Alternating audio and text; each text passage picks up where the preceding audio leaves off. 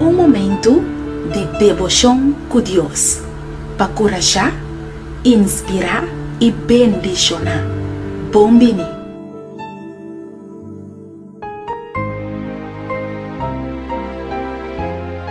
Feliz mainta, Hopi bendición de Dios, a mi tanay ralin felicia, y pa awe e título de nos devoción ta, e botón di pánico. Y es palabra de Dios te queda haña en el buque de Salmo, capítulo 78, versículo 35. Y nan acorda que Dios estaba tan baranka, y es Dios altísimo, nan redentor. Ora que turcos taparse de tabay robes, y bota mei de tormenta de más pio de embobida, no gasta ni un minuto para vira angustia of preocupar.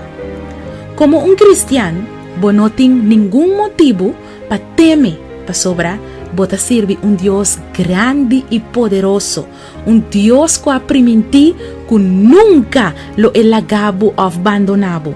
Y es buena noticia ta que no te importa nada.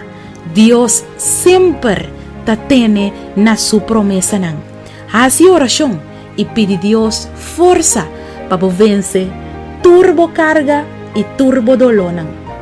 Dios lo manda su ángel nan na encargo dibo para protegerlo for de tur peligro. No tiene miedo y pasa bo anoche nan sin dormir, preocupando riba lo que te va a pasar el siguiente día.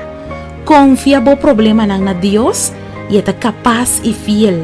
Bible está llena de historia camina Dios a Hasi milagre para salvar su yunan. Y está es un Dios de milagre ayer, hoy y mañana y para siempre. No tiene ni una circunstancia mucho chiquito o mucho grande para Dios.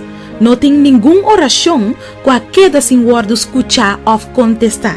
PROMÉ como primi e botón di pánico, tiene na Dios su promesa nan.